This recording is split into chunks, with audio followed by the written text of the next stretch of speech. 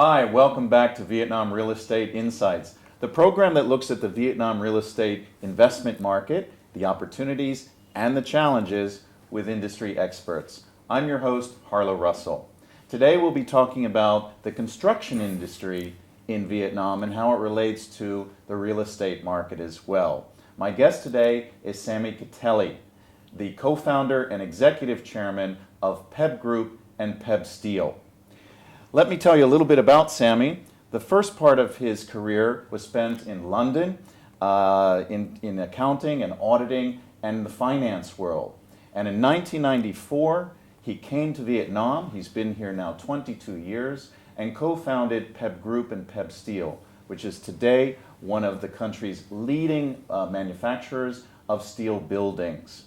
And Sami will tell you more about PEB Steel.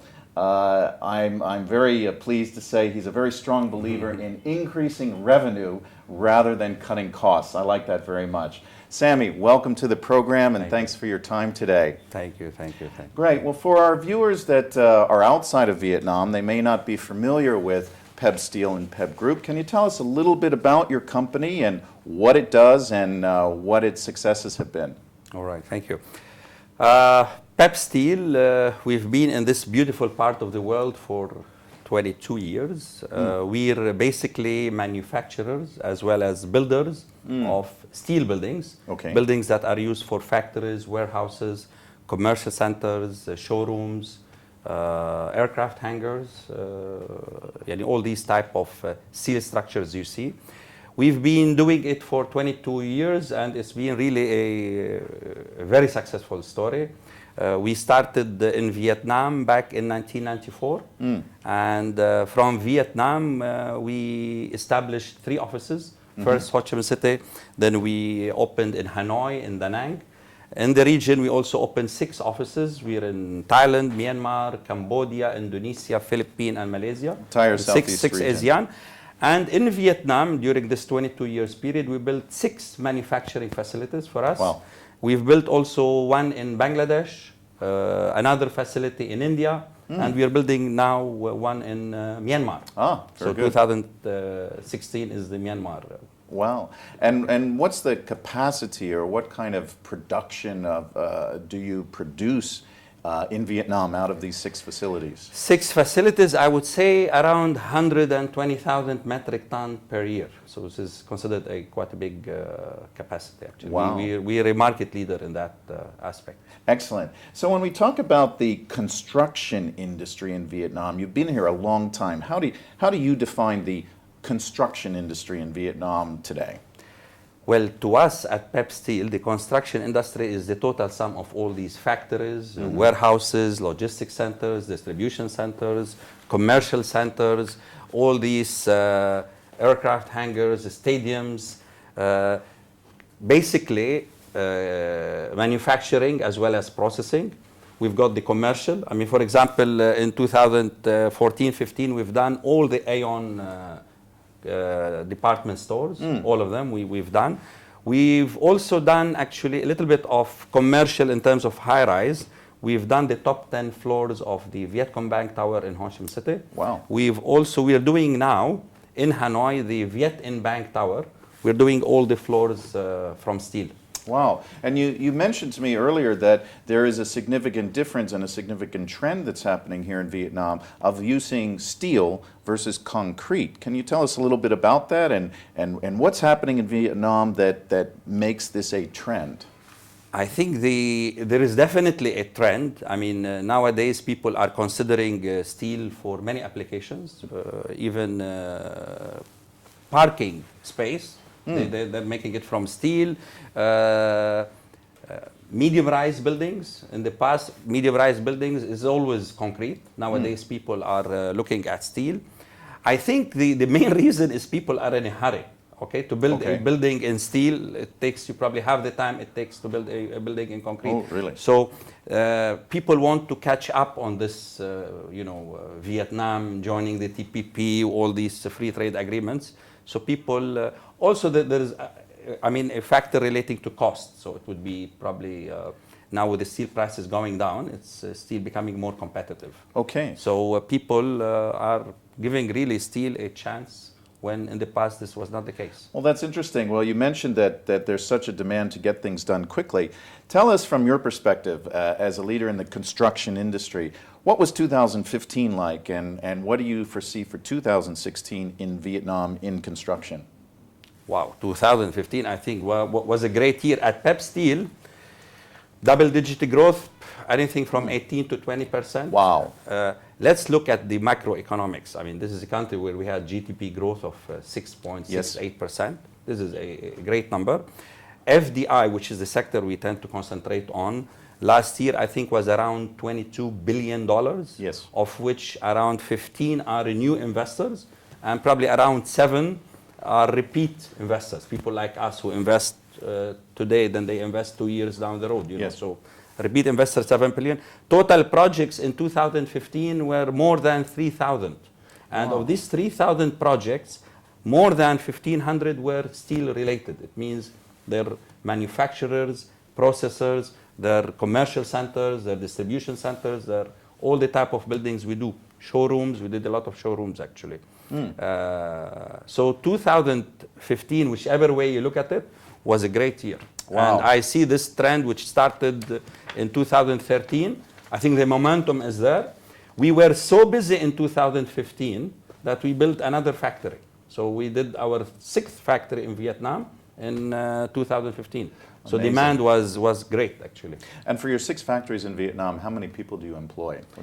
We have a total of around 750 people. 750 in Vietnam. people. Yes. So now of that great growth in 2015, let's talk about property developers. So in terms of the work you've done for residential and commercial development or industrial parks, can you say a little bit more detail of what you were involved in 2015 and what you're going to be involved in 2016 here? Well, I want to tell you, I mean, which has started 2013 onwards. We're working on big projects nowadays. What's big? Big, I mean, we have end of 2014, early 2015, we've done a single project, 270,000 square meter. One project. This is, I mean, unprecedented. Wow. We've done heavy structures, but structures like this, and that's not the only one. I mean, you've done one project, 270, next door to it, and this is in the textiles industry, next door to it, we do another project, 120,000 square meter.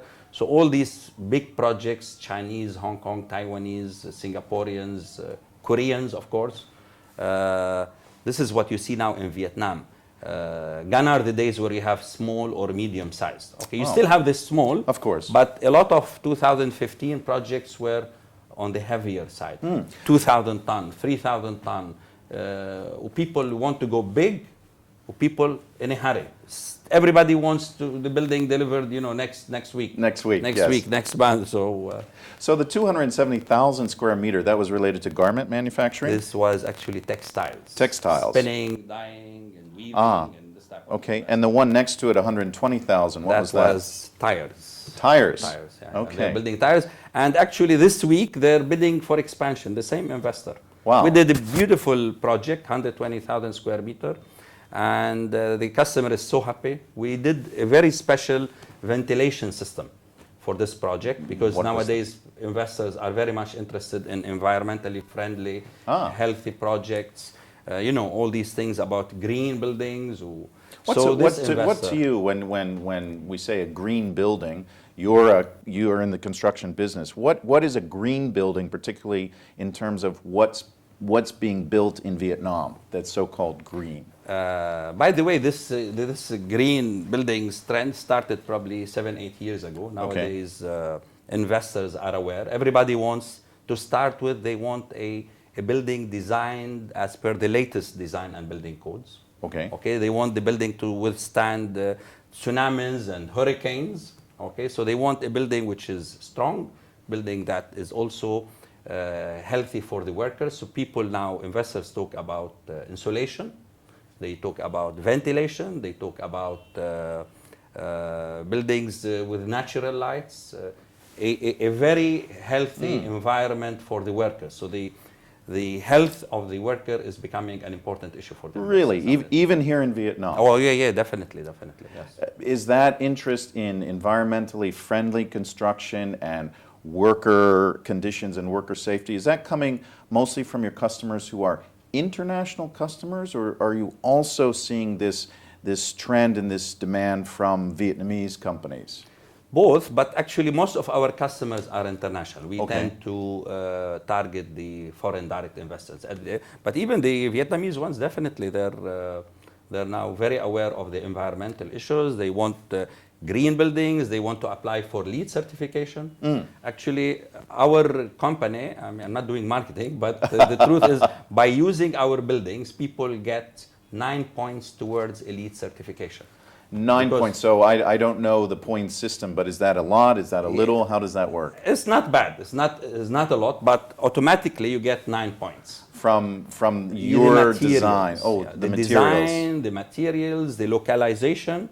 Okay, when you buy from local, yes, okay, you get points. When you use recyclable materials, yes. When you use high solar reflective, you get points. So the products, the raw materials we use are sourced actually from the top mills, Nippon Steel, POSCO, Bao Steel. So we use very high quality material, which enables an investor get LEED certification quicker than others. Interesting. The materials you're using for steel, that is the raw materials or the semi-finished materials you use, is that being created in Vietnam, or you're also using imported steel? The trend now is you see more and more materials available in Vietnam. I mean, 10, 15 years ago, there was hardly anything available. But now many steel mills came into existence.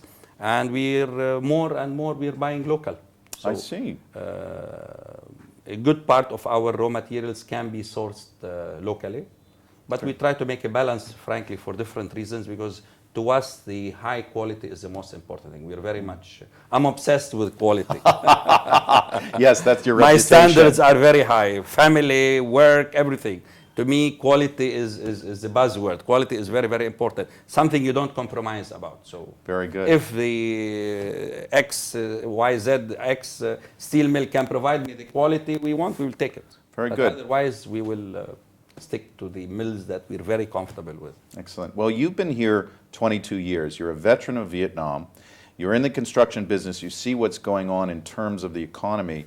So for some of our viewers who are interested to invest in Vietnam, particularly related to real estate, could be residential, could be commercial investors, could be even industrial investors.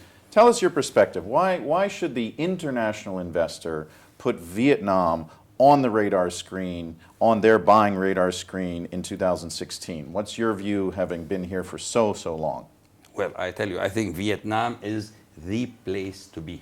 Why is that? Vietnam is a great place. I always refer to this country of beautiful country of hospitable people.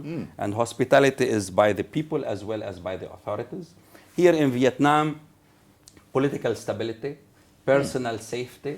We as foreigners feel we are welcome. Our custom is very much appreciated by the authorities as well as by the people of the land.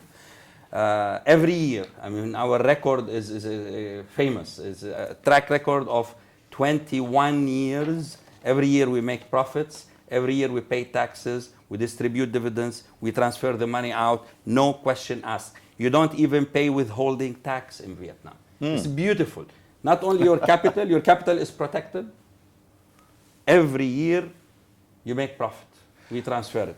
So from your standpoint as a businessman and as a person who's been here a long time, you feel Vietnam is an easy place and a relatively transparent place to do business and to create your business. We are in 7 countries in ASEAN. Yes. I named them, I think. Yes. We are in Vietnam, we're in Thailand, Myanmar, Cambodia, Indonesia, Philippines, Malaysia. You tell me where you like to be. I tell you, in Vietnam. We've built 6 factories over the years, all of them in Vietnam. We looked at other countries, and other countries have definitely, I mean, every country has its own positive things, but Vietnam, I think, stands out in the crowd. It's only now we thought to expand within ASEAN to go to Myanmar. But in the last 22 years, other than Vietnam, we've done Bangladesh for a while, India, but Vietnam is it's a very welcoming country. Really, some people, they ask me, what are the challenges? I remember I was doing an interview and somebody saying, challenges. I said, my God, I wasn't prepared for this question. Maybe we are lucky, but part of it is, I think, our love of this country. And this is, I tell everybody, if you're going to come here and you keep complaining, I don't like this and don't like that, don't come. This is the country, you have to accept it as it is. It's a great country. It's a great opportunities. Where do you find a country? I mean, 2015, we had European Union Free Trade Agreement, Eurasian Free Trade Agreement, TPP is coming. We have also the Korean Free Trade Agreement waiting to be ratified. All this in 1 year. Foreign direct investors, $22 billion of FDI comes. I mean, okay, this is a great place to see where other than Vietnam in the region, you see these figures. You don't. Look around, you see this is a great place. And the authorities welcome you. I mean, recently the authorities are talking about incentives nowadays. The supporting industries in Vietnam, they didn't flourish as they should. Then the government now is addressing this problem and offering tax incentives. Very good. Well, let's talk a little bit about property developers again, and what do you see as some of the differences between local property developers and international property developers in terms of their buildings and their designs and their requirements? Developers, okay. In all fairness to the Vietnamese developers, what they're doing taking into consideration what are the available resources, financial and otherwise. I think they're doing a good job. So you look at an industrial park developed by a Vietnamese. Okay, you'll see the water treatment plant, the waste treatment plant. You see the roads, little bit of green, and the factories. But it remains an industrial park. If you compare this to an industrial park developed by an international developers, I mean people like VSIP, Vietnam, Singapore, like Amata, like Daiwa House, like Ascendas, the Korean, every nationality more or less they have, the major investors in Vietnam, they have their own industrial parks.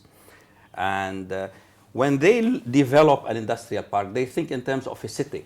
Okay, so not just the factories and the warehouses and the roads. No, they're building educational facilities. They're building medical facilities, recreational facilities, the infrastructure, green parks, the infrastructure, the waste treatment.